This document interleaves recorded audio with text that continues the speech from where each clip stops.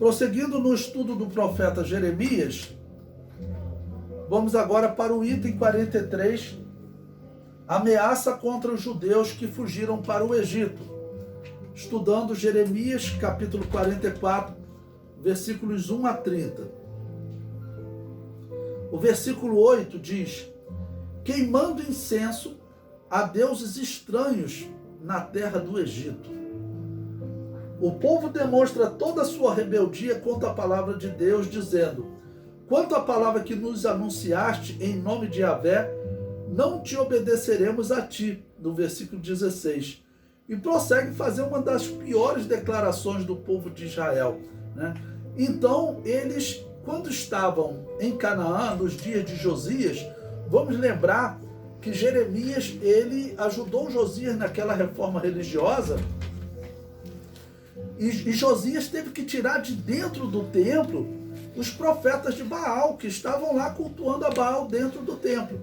Se em Canaã eles não cultuavam ao Deus verdadeiro, acabavam cultuando aos deuses falsos, quando eles vão para o Egito, o que eles fazem? Eles agora vão cultuar os deuses egípcios. Ou seja, é uma tolice extrema, porque no capítulo anterior eu falei daquelas pessoas que só obedecem a Deus quando sofrem juízo. Eles aqui disseram que serviriam a Deus depois que sofreram o juízo.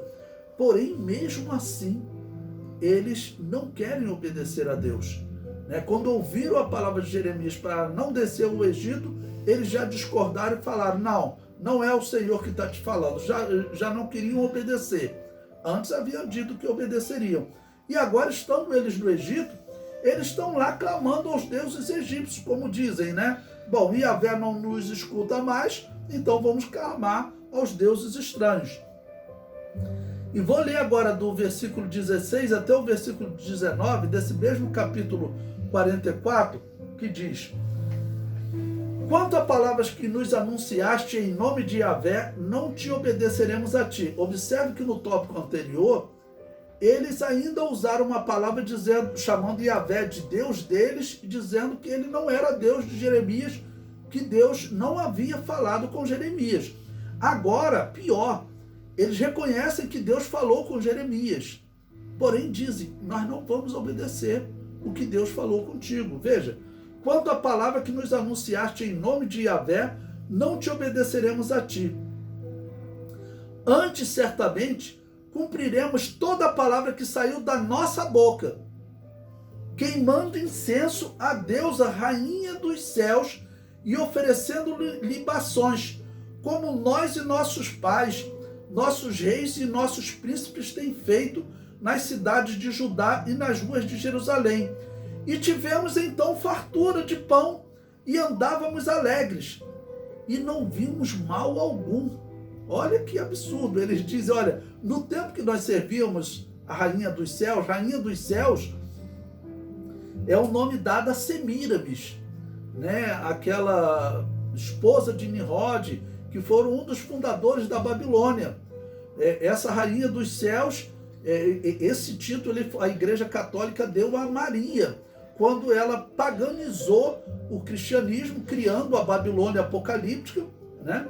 Ela deu o nome a Maria de Rainha dos Céus, tudo em homenagem a Semíramis, e colocou Maria e Jesus exatamente com a imagem que a arqueologia comprova, como era retratada Semíramis e Tamuz, que era retratada Semíramis amamentando Tamuz, né? Colocou essa mesma imagem com Maria.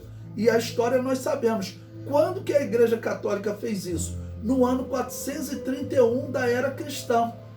Em um concílio que acontecia em que cidade? Na cidade onde havia um templo dedicado a Semíramis, em Éfeso. Lá em Éfeso, Semíramis era chamada de Diana dos Efésios.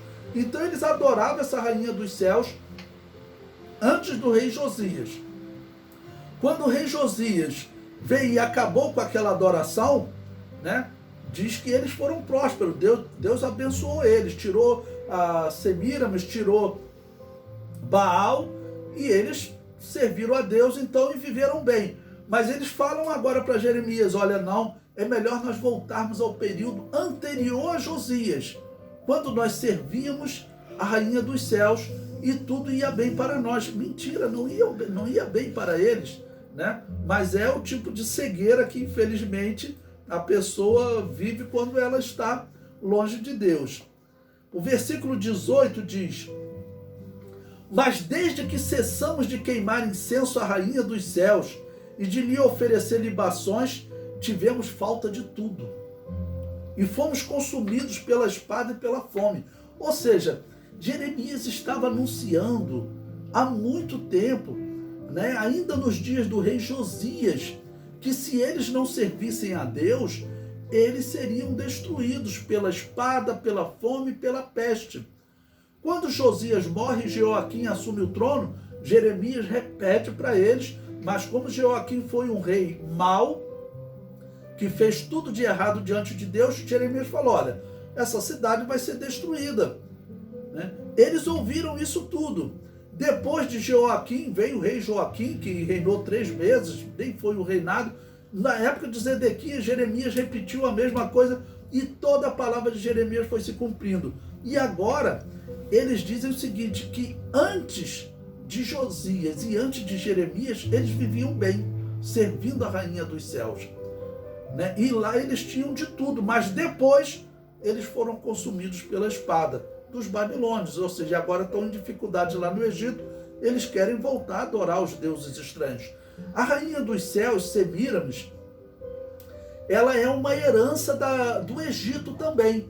Por quê? Na verdade, Nimrod e Semíramis, eles eram descendentes de Cã, e diz lá no livro de Gênesis que eles foram habitar o Egito.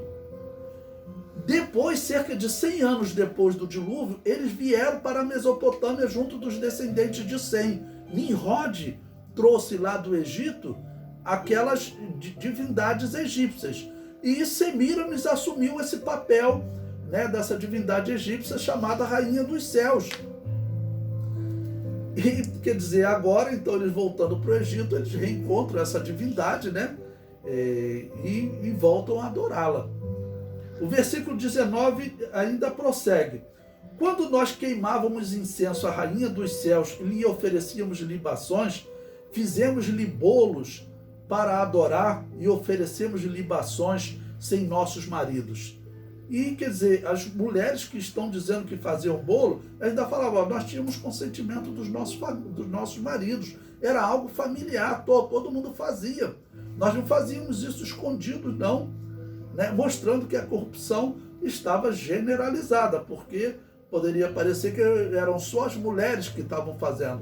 Não, elas estavam dizendo que seus maridos participavam. E não são só seus maridos, não. Nós vemos em outros textos que os filhos participavam, era algo familiar, ou seja, todo Israel estava corrompido. E elas deixam bem claro, nós não fazíamos isso escondido, fazíamos abertamente. Nossos maridos tinham conhecimento de tudo que nós fazíamos. Para concluir esse tópico, eu coloquei a lição desse texto que Israel exalta a divindade egípcia o pecado cega o homem ao ponto dele considerar o bom como ruim e o ruim como bom.